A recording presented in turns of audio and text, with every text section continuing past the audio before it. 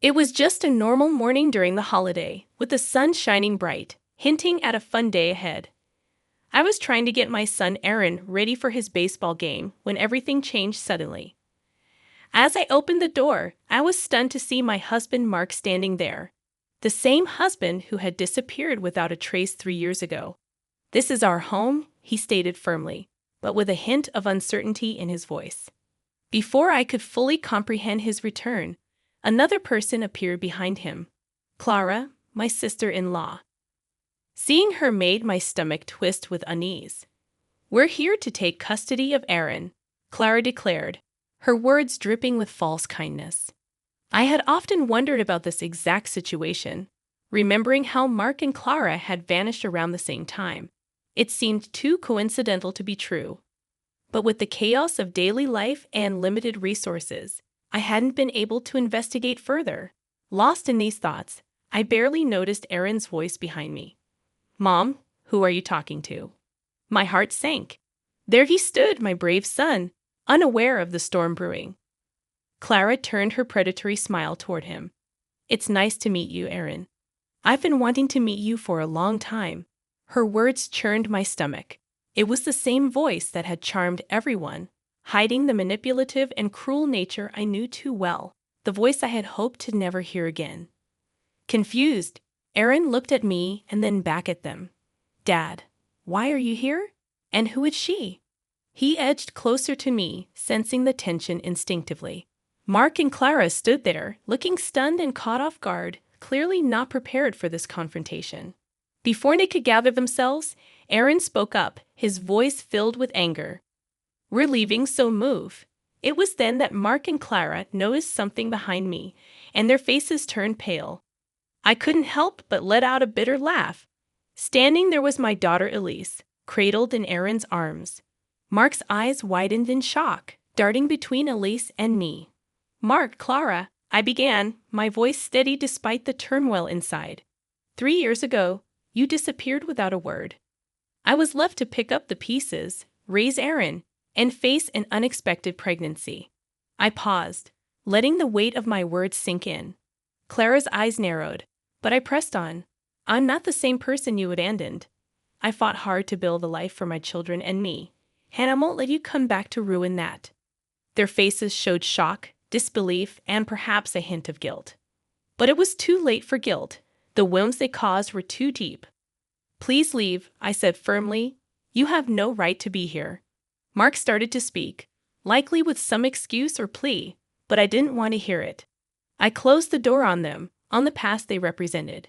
Turning back to my children, I saw Aaron looking at me with newfound respect, and Elise oblivious to the turmoil. I took a deep breath, steadying my racing heart. This was just the beginning. The battle lines were drawn, and I was prepared to fight for my family's future. The days that followed Mark and Clara's unwelcome visit were filled with a whirlwind of emotions and memories, threatening to overwhelm me like a tidal wave. I found myself going back to the difficult times after Mark disappeared, the nights when I couldn't sleep for worry, and the hours spent wondering what I could have done differently. Aaron struggled the most. Once a happy and outgoing kid, he became quiet and distant, his sparkle fading. I remembered how he'd push away his dinner, beg to skip school events, and give me cold looks instead of his usual warm smiles. It hurt to see him like that, but I didn't know how to help him. While I dwelled on those memories, Elise's innocent laughter filled the house, a sharp contrast to the turmoil inside me. She was my unexpected joy, a beacon of light during Mark's betrayal. Her birth gave me strength and vulnerability all at once. One night, as I tucked Aaron into bed, he looked at me seriously. "Mom, why did Dad leave us? Did we do something wrong?" His question felt like a punch to the gut. "No, honey, you did nothing wrong. Sometimes grown-ups make choices that don't make sense, and it's not because of you." "But why did he come back with Aunt Clara?" His confusion broke my heart. I sighed, trying to find the right words. "I don't know why they came back, but I do know that we're a family. You, me, and Elise. We'll face this together." He nodded slowly, his young face full of worries no child should have. "I trust you, Mom. I just wish things were like before."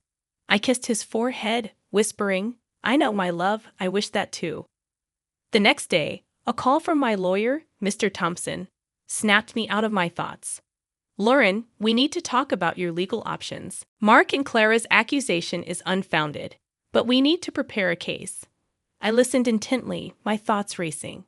This was my chance to fight back, to ensure that Mark and Clara couldn't harm us anymore. "Let's go for it," I declared firmly.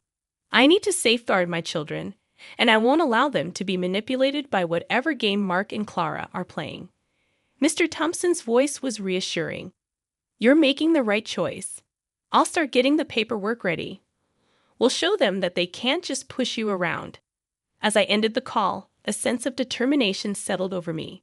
Mark and Clara had underestimated me, thinking I'd crumble under their pressure. But they were mistaken. I was stronger now, forged by the challenges I'd faced. I glanced at Elise playing nearby and knew I'd do whatever it took to protect them. This wasn't just about revenge anymore. It was about justice for my children and myself. Mark and Clara had ignited a fierce protective instinct in me, and I was prepared to fight back with all my might. As weeks passed, my resolve solidified like steel. I braced myself for the legal battle ahead, but nothing could have prepared me for the emotional warfare to come. Mark and Clara, like vultures circling, began their campaign to wear me down. One afternoon, picking up Aaron from school, I found them waiting, casting a shadow over the sunny day. Clara's voice dripped with false sweetness as she greeted Aaron. "Hi, sweetie. We've missed you so much." Aaron clung to my hand, his body tense. "Why are you here?" he whispered. Mark stepped forward, feigning concern. "We just wanted to see you, son. We're family too, you know." Anger surged within me. "You forfeited the right to call yourselves family when you abandoned him," I snapped, pulling Aaron closer. Clara's facade cracked, her eyes narrowing. "Lauren, you can't keep him from us. We have rights." "Rights? You have no rights here," I shot back, my tone icy. "You made your choice 3 years ago. Now you have to live with it." Mark's face contorted with anger. "You think you're so perfect, Lauren. You're just a bitter woman who couldn't keep her husband happy."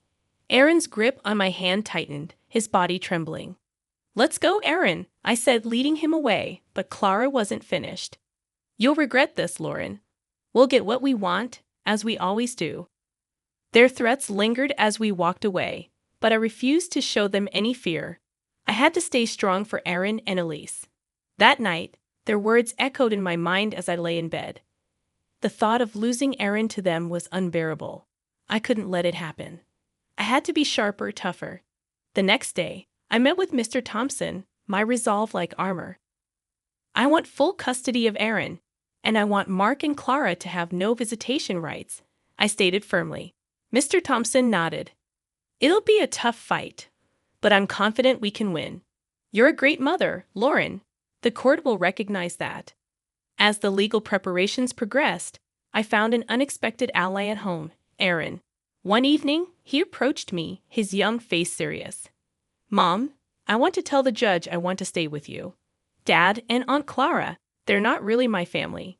Tears filled my eyes as I hugged him tightly. "Thank you, Aaron. That means everything to me." The day of the court hearing arrived like a gathering storm. I walked into the courtroom with Aaron beside me, ready to defend our future. During the proceedings, Clara tried to play the loving aunt, but her words rang hollow. Mark acted like a remorseful father, yet his eyes betrayed his true intentions. When Aaron spoke, his voice steady and resolute, the truth shone through. "I want to stay with my mom. She's been there for me when no one else was." The judge's decision was like a ray of hope. Full custody granted to me with no visitation rights for Mark and Clara. Leaving the courtroom, Mark seethed with anger, and Clara's eyes glinted with malice. But their reactions didn't matter.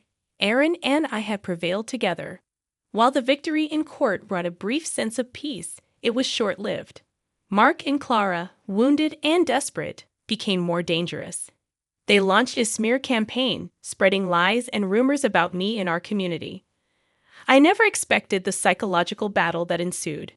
One evening, Aaron returned from school, his eyes filled with tears he refused to shed. Mom, kids at school are saying you took me from Dad, that you're mean for keeping me away from him. His words shattered me. Aaron, you know that's not true. Everything I've done is to keep you and Elise safe. He nodded, but doubt lingered in his eyes. I know, Mom, but it's tough. They just don't understand. I held him close, feeling his trembling frame. I know it's hard, sweetheart, but we'll endure. We're stronger than their lies. As days passed, the rumors turned uglier. Clara, always sharp-tongued, now wielded her words like a weapon, seeking to dismantle my world. I knew I had to fight back, yet I hesitated to stoop to their level. Then one day, Mark appeared at my workplace, feigning remorse. Lauren, can't we talk, for Aaron's sake? His words dripped with venom, his facade transparent. There's nothing to discuss, Mark. You made your choice. Now you live with it. He gripped my arm tightly. You're destroying my life. Lauren, you and that kid. I pulled away, my voice steady. No, Mark, you did that to yourself. As I walked away, his parting threat sent a chill down my spine. This isn't over, Lauren. I won't give up so easily. The legal win secured custody of Aaron for me, but it didn't put an end to the conflict. Mark and Clara persisted, and I could see how it affected Aaron. He was caught in a battle he couldn't grasp, torn between his biological father and the mother who had never let him down. One evening, Aaron approached me, his face filled with uncertainty. Mom, what if Dad changes? What if he wants to be a real dad? His words struck a chord. Aaron, I understand he's your father, and it's natural to hope for that. But we must see people for who they are, not who we wish them to be. There was a moment of silence before Aaron looked up at me, his eyes clear. I understand. I just wish things were different. I embraced him, murmuring, I wish the same, Aaron. I truly do. Amidst the ongoing battle, my focus remained on Aaron and Elise. They were my pillars, the reason I fought relentlessly. And I'd do anything to shield them, to give them a life free from the shadows cast by Mark and Clara's deceit. Their relentless campaign turned darker, veering into harassment. They seemed omnipresent, at my workplace, near Aaron's school, always lingering, always observing. It became a psychological siege, its weight bearing down on me daily. Yet, I refused to be cowed.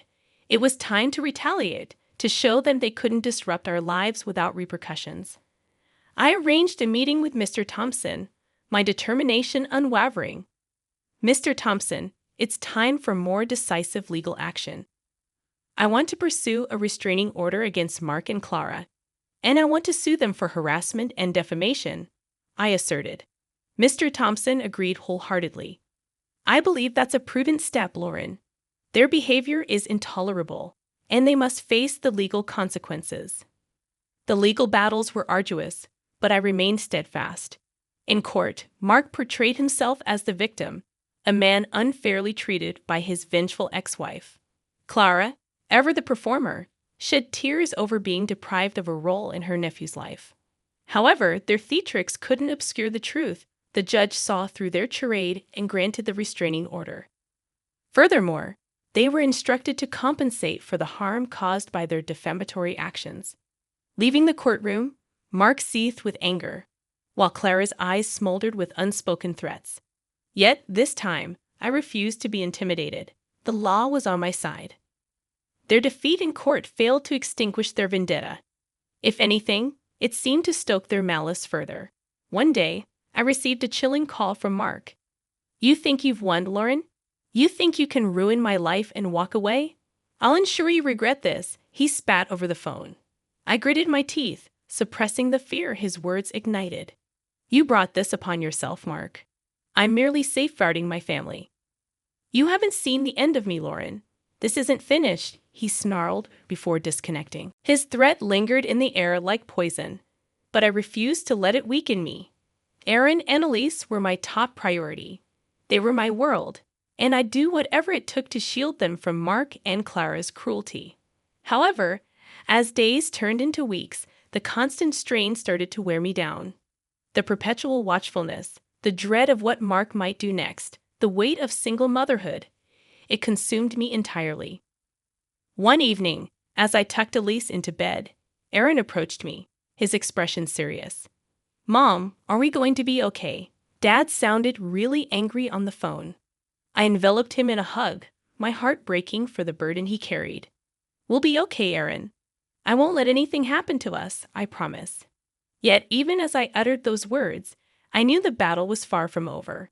Mark and Clara loomed like a looming storm, and I had to be prepared for whatever they threw our way. The weeks post-court ruling were fraught with tension and vigilance.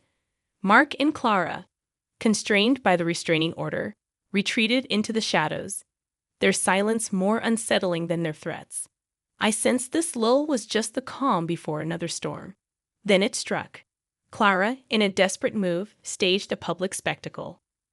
While I was grocery shopping, she emerged out of nowhere, hurling accusations. "You're a monster, Lauren. You've torn our family apart." Clara's cries drew the attention of bystanders.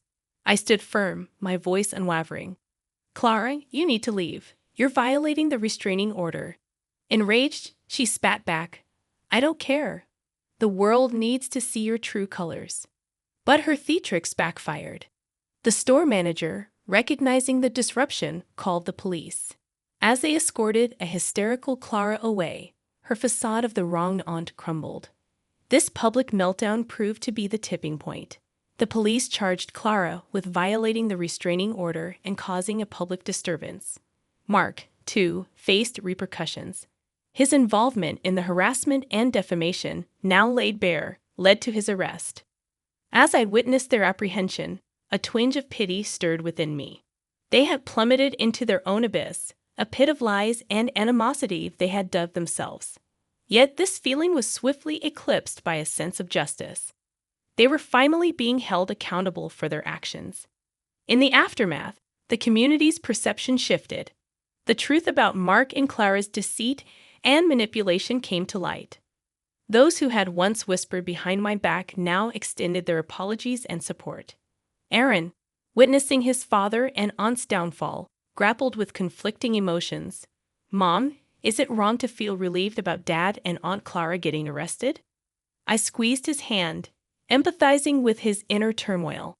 "It's okay to feel relieved, Aaron. They caused us a lot of pain. It's natural to seek justice." The battle that had consumed us for months appeared to be at an end. Mark and Clara, once formidable adversaries, were now diminished. Their ability to harm us had been stripped away. As I tucked Aaron and Elise into bed that night, a sense of tranquility settled over me.